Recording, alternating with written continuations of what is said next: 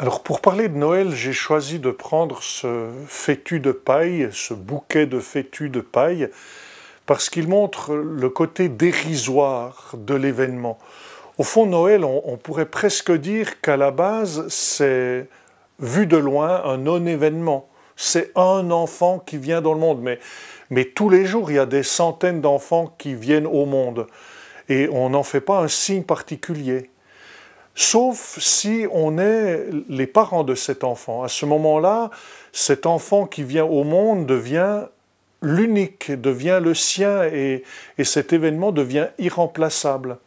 Alors Jésus, c'est comme tous les autres, un petit bébé qui vient au monde, pas plus grand, pas plus petit, pas plus beau, pas autre que tous les autres bébés qui viennent au monde, sauf que cet enfant est porteur d'un message extraordinaire pour l'humanité parce que, même si ça ne se voit pas encore dans la crèche, il est Dieu qui vient se manifester aux hommes, Dieu, parole faite chair, qui vient s'incarner dans notre humanité.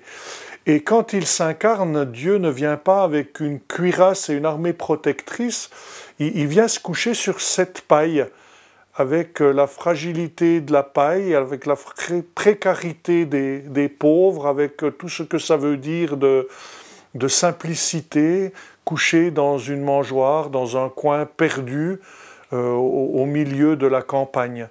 Et Dieu ne naît pas dans un lieu surprotégé, il ne naît pas comme naissent les héros grecs ou les héros de la mythologie, déjà tout près, déjà parlant, déjà marchant. Il naît petit, friable, fragile, il devra apprendre à parler, il devra apprendre à marcher, et cette paille veut symboliser tout ça.